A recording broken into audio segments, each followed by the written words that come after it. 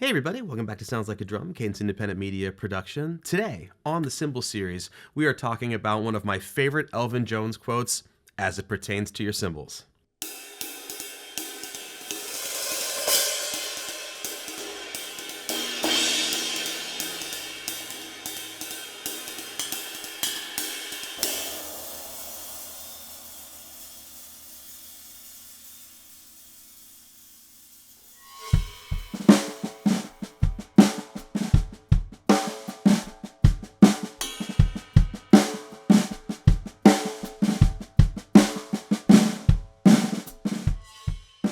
This is a quote that's attributed to Elvin Jones by a few different people. It's fun, it's funny, I think it's true.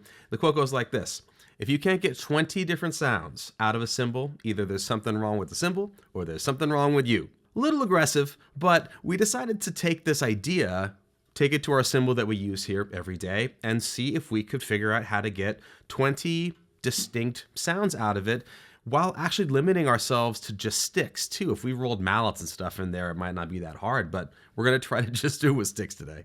The idea behind this exercise is to see just how familiar we are with the instruments that we have, and also giving ourselves some forced limitations that can hopefully generate some creativity, give us some ideas, and push the limits of what we're comfortable with doing physically and what we're comfortable with hearing. We've broken up what we're doing today into a couple of subcategories. We're going to start off with traditional ways of playing the cymbal, and then we're going to move on to scrapes, chokes, and wildcards.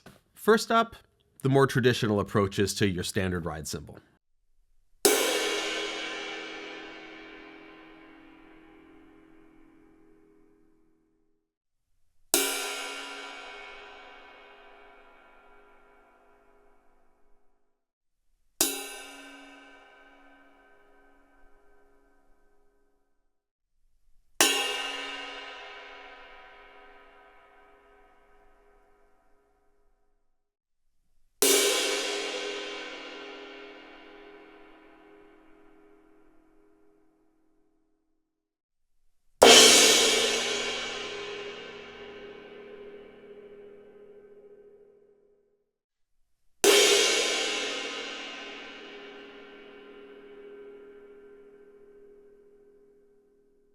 Not a ton of surprises here, especially if you've heard this cymbal before and heard either of us playing it, but we should definitely say right now that part of getting this kind of mileage out of a single cymbal is being very sensitive to dynamics. We need to make sure that we're thinking about volumes, because each of these approaches has an optimal kind of strike energy and an optimal approach that involves making sure that we're not overplaying or underplaying the cymbal itself. This is a definite your results will vary situation, because the cymbal you're using, the sticks you're using, and even just like how strong you might be are all going to affect how these things behave. So remember to give yourself the opportunity of starting from zero and see what your cymbal gives you on your own.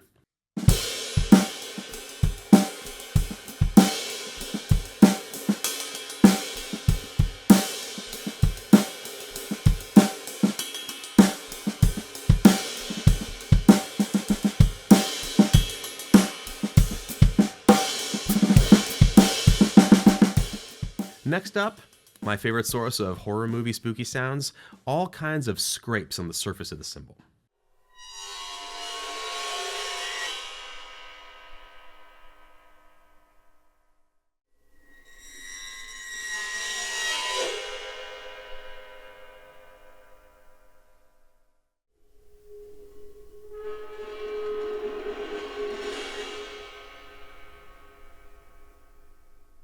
These are super fun. They elicit a lot of emotion. People always react to this, and they're a little bit tricky to move into a groove because it's a lateral motion that uses friction rather than a strike that has a defined point on it. So it's a legato stroke to the extent that it's a stroke, and it takes a little bit of practice. If you're going to try to put it into a groove, it can disrupt things, but what a wonderful thing to be able to get out of a cymbal that normally sounds so not scary.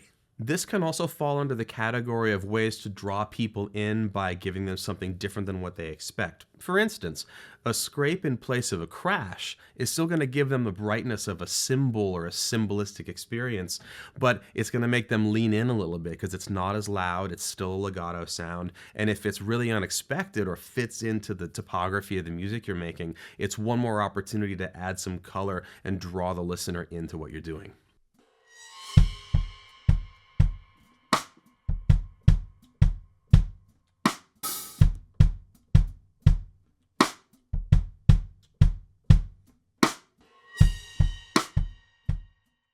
Now on the other end of the spectrum, the whole world of choking the life out of the cymbal.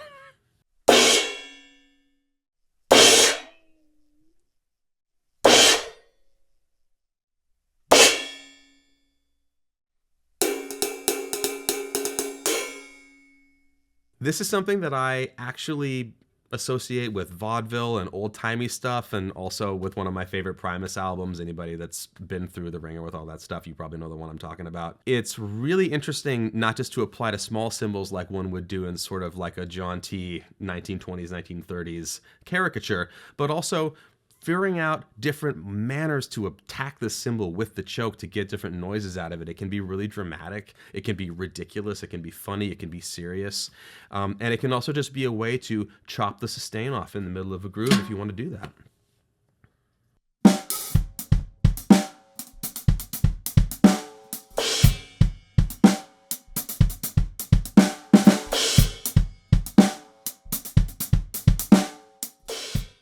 And finally, there are a few more things we can do to the cymbal that are what we're going to call wild cards, and we're just going to dive into these and we'll talk about them afterward.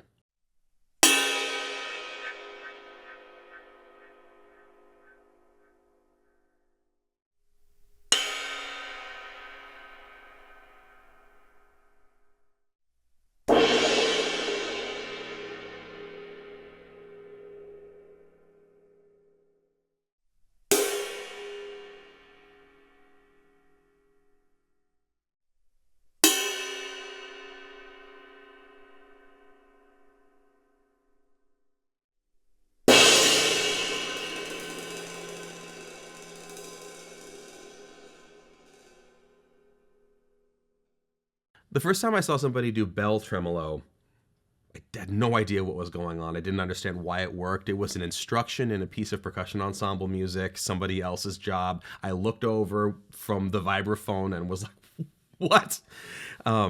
It's just a fascinating thing. It's a physics property. It's entertaining. It goes along with things like scrapes and stuff like that. It's kitschy and fun. I love it.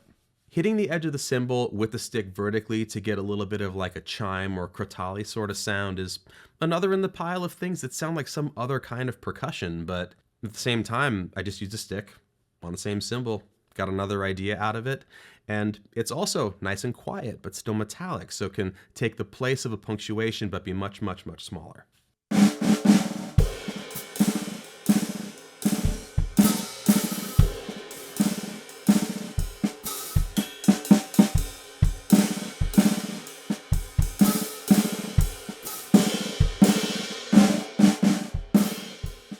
One of the reasons why I like thinner cymbals, even in my ride cymbals, is because I like to play with my hands on the drum set a lot. And the way that a cymbal reacts to your hands, it varies. Heavier, stiffer ride cymbals don't really do a whole lot. So for me, it leads me to cymbals more like this one that are flexible and that I'm able to open up with my hand and get a very dark, very understated crash that gives me almost like, again, sort of a percussion, like a hand percussion world music kind of vibe, and keeps the volume level down so it can spread out underneath. And finally, turning the cymbal upside down.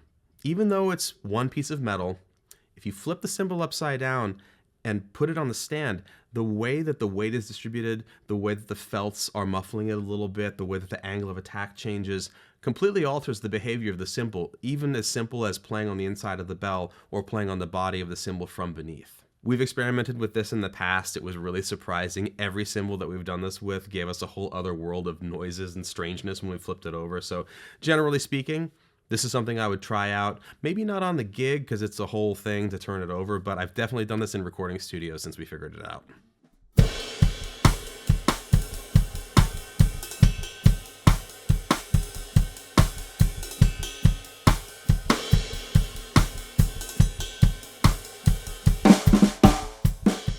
circling back, depending on the size, thickness, and nature of the cymbal that you're experimenting with, every one of these things is going to change, which means there's a whole world of possibilities. If you only own 2 cymbals, that's 2 worlds of possibilities. If you have 20, I mean, you can just go really far down the rabbit hole.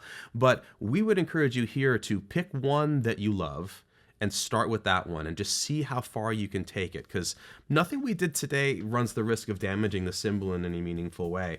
So this is an opportunity to get creative, give yourself some limitations in order to open up new ideas and see just what these instruments are capable of.